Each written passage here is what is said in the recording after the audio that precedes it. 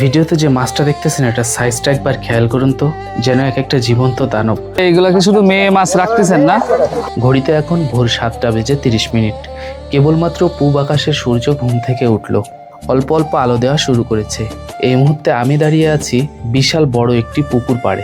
আপনারা হয়তো ভাবছেন এত ভোরে এখানে কি হচ্ছে, আর এই যে মানুষগুলো মাথায় অদ্ভুত লোহার হেলমেট পরে রেডি হচ্ছে, তারাই বা কি করছে।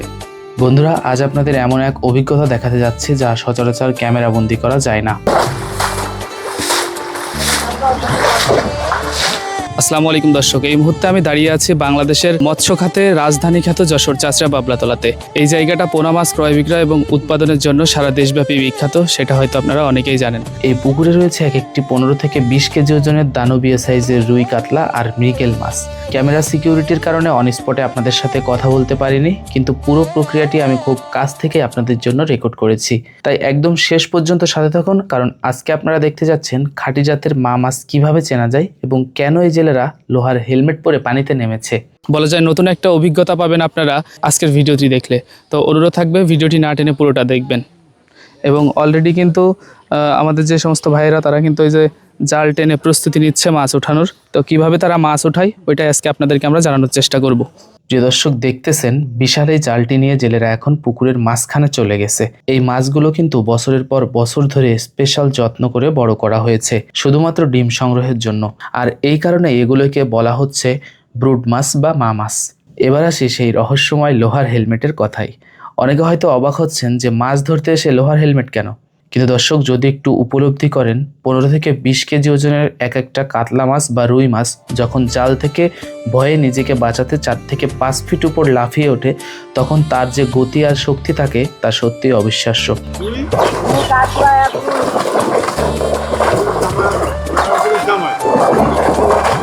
এই দানবীয় মাছগুলো যদি সরাসরি এসে কোনো জেলের মুখে বা মাথায় আঘাত করে, তাহলে সাথে সাথেই বড় কোনো দুর্ঘটনা হওয়ার সম্ভাবনা থাকে। এমনকি কোনো সময়ে মানুষ অজ্ঞান পর্যন্ত হয়ে যেতে পারে। নিজের সুরক্ষার জন্যই এই অভিজ্ঞ জেলেরা লোহার শক্ত হেলমেট পরে পানিতে নেমেছে। মাছগুলো এখন জালের ভেতরে চলে এসেছে। ওহো, স্ক্রিনে দেখুন দর্শক, এক একটা মাছের সাইজ দেখতেছেন, জাস্ট অসাধারণ। এই যে বিশাল চওড়া পিঠ আর রূপালী চকচকে আঁশ দেখতেছেন, এটাই হচ্ছে হালদা নদীর বংশধর সেই কাতলা মাছ। আমার মনে হয় ওটার ওজন মিনিমাম 10 থেকে 15 কেজি হতে পারে। একটু খেয়াল করুন, জেলেরা কিন্তু এই মাছগুলোকে খুব সাবধানে হ্যান্ডেল করছে। সাধারণ মাছ যেভাবে বাজারে বিক্রির জন্য রুক্ষভাবে ধরা হয়, এখানে কিন্তু তা করার কোনো সুযোগ নেই, কারণ এই মাছগুলোর পেটে রয়েছে লাখ লাখ মূল্যবান ডিম। সামান্য আঘাতেই মাছের ভেতরের ডিমগুলো নষ্ট হয়ে যেতে পারে, যে কারণে মা মাছটি মারা যেতে পারে। তাই খুব আলতো করে পরম মমতা এদেরকে জাল থেকে আলাদা করা হচ্ছে। কাতলার পাশাপাশি এই পুকুরের দানবীয় সাইজের কিছু রুই এবং মৃগেল মাছ রয়েছে। মৃগেল মাছগুলো একটু বেশি চটপটে হয়। দেখুন কিভাবে জালের ভেতর লাফালাফি করছে। এখন আপনাদেরকে একটা গুরুত্বপূর্ণ টেকনিক্যাল বিষয় জানাই, যা আমাদের মাছ চাষি ভাইদের অনেক উপকারে আসবে। জেলেরা যখন মাছগুলোকে ধরছে, তারা প্রথমে মাছের পেটটা হালকা করে চেপে দেখছে। যদি পেটটা নরম বা ফোলা থাকে এবং পায়ুপথ কিছুটা লালচে বা স্ফীত দেখায়, তবে বুঝতে হবে এই মাছটি ডিম ছাড়ার জন্য সম্পূর্ণ প্রস্তুত। আর যেগুলোর পেট এখনও শক্ত, সেগুলোকে আবার পুকুরেই ছেড়ে দেওয়া হচ্ছে। অর্থাৎ এখানে চলছে একদম বেছে বেছে সেরা মানের ব্রুড মাছ সংগ্রহের প্রক্রিয়া। দর্শক বন্ধুরা, এই প্রক্রিয়া আপনারা দেখতে পারতেছেন, মাছগুলোকে কিন্তু বেশিক্ষণ পুকুর পাড়ে রাখা হচ্ছে না।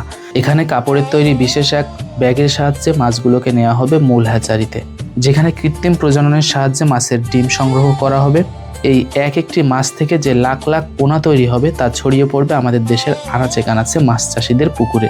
বডি ওয়েট হিসেব করলে 6 কেজি মাছটা 1.5 কেজি রেণু দেবে, আর এই 1.5 কেজি রেণুর থেকে 6 লক্ষ বাচ্চা হবে। যারা নিয়ে যাবে তারা বিক্রি করবে, কেউ 50,000, কেউ 60,000, আর আমরা বিক্রি করবো হচ্ছে 1.5 কেজি রেণু 3,000 টাকা।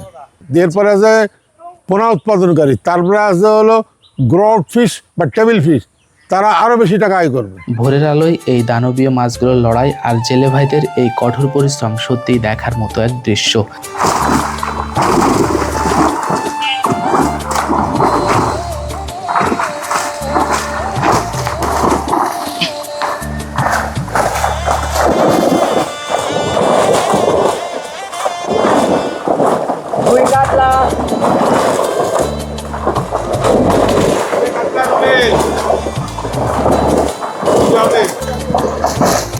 আপনাদের কেমন লাগলো লোহার হেলমেট পরে মাছ ধরার এই অন্যরকম অভিজ্ঞতা অবশ্যই কমেন্টে জানাবেন।